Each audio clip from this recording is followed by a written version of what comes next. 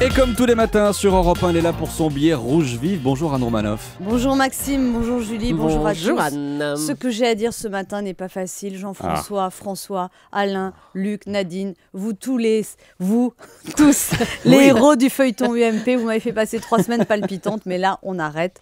Je repars avec mon ex, oui je repars me moquer de la gauche.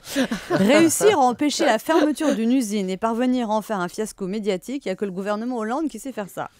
Imaginez si Nicolas Sarkozy était parvenu à sauver Florange. Il aurait convoqué la presse, la télé, Barack Obama l'aurait appelé pour le féliciter.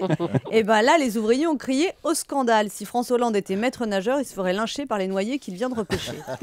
Tout ça, c'est un peu à cause d'Arnaud Montebourg. Quand il est arrivé à Florange, Arnaud Montebourg était prêt à jouer au cow-boy à l'Indien avec Lakshmi Mittal, le Bernard Tapie made in Bollywood. Ensuite, il a carrément invité la famille Mittal à quitter la France. Lakshmi, c'est quand même le 6e homme le plus riche de la planète. Ce type-là, quand il a des gaz, c'est la Grèce qui demande pardon.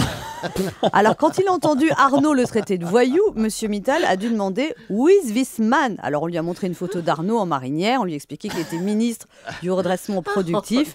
Ministry Recovery Productive, what is that? Oui, parce que redressement productif, en Inde, ça doit être une position du Kama Sutra. Arnaud a quand même brandi la menace de la nationalisation. On est comme ça en France. Même quand on n'a plus d'argent, on n'hésite pas une seconde à acheter des entreprises en difficulté.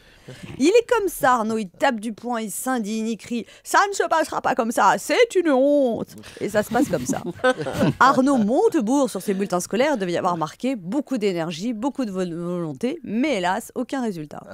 Alors ensuite, Arnaud a été désavoué par Jean-Marc Ayrault, et là, les gens ont dit il devrait démissionner. En France, on avait déjà 60 millions de sélectionneurs, on a maintenant 60 millions de premiers ministres. Il devrait démissionner, mais de quoi je me mêle? Et puis, comme a dit mon beau-frère, moi, si je devais démissionner chaque fois que je suis pas d'accord avec mon patron, ça ferait longtemps que j'aurais plus de boulot. Puis moi, je trouverais dommage qu'Arnaud Montebourg s'en aille au moment où il commence à comprendre le job. Alors, il paraît qu'il a vraiment failli démissionner, puis il a regardé les chiffres du chômage, il a dû se dire qu'en tant que ministre du redressement productif, ça serait bien de sauver au moins un emploi, le sien.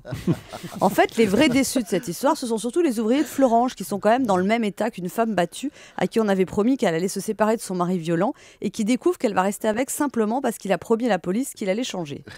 De son côté, Cécile Duflot, elle, veut nationaliser les églises pour héberger les SDF. Une ministre du logement qui se tourne vers l'église pour loger des sans-abri, finalement votée pour Dieu.